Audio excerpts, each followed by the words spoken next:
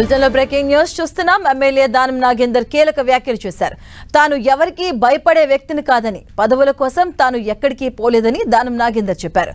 MIM అడ్డాగా ఉన్నటువంటి office Nagar నుంచి పోటీ చేసి గెలిచిన చరిత్ర తనకు ఉందన్నారు. తాను ఏ నిర్ణయం తీసుకున్నా ప్రజలు తనకు సహకరిస్తారన్నారు.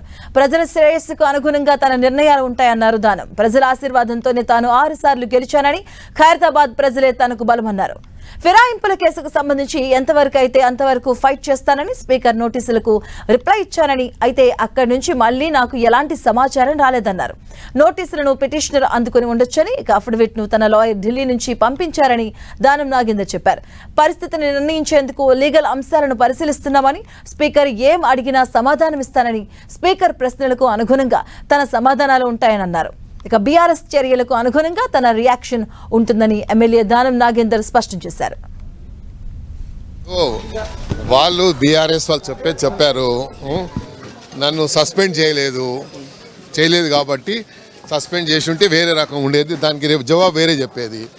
కాబట్టి వాళ్ళు ఏ రకంగా జస్టిఫై చేసుకుంటారో దాన్ని బట్టి నా యొక్క రిప్లై ఉంటుంది. క్రాస్ ఎగ్జామినేషన్ పిటిషనర్స్కి ఉంటుందని నేను అనుకుంటున్నాను.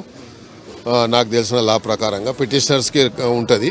తర్వాత నన్ను పిలుస్తుండొచ్చు. నన్ను పిలిచినా కూడా నేను తప్పకుండా వెళ్ళి నా ఎక్స్ప్లెనేషన్ ఇచ్చుకుంటాను. రాజీనామా చేయాల్సిన పరిస్థితి వచ్చినా, ఒకవేళ అట్లా డిస్క్వాలిఫికేషన్ వచ్చినా, నేను ప్రజాబలంతో ఇన్నిసార్లు గెలిచాను. అక్కడ ఆసిఫ్ నగర్లో ఎంఐఎంఓలో అంత బలమైన ఉంటేనే నేను ప్రజలతో గెలిచాను. కాబట్టి ప్రజల మనిషిని, ప్రజల మధ్యలో ఉండేటోని. ప్రజాబలమే నా బలం.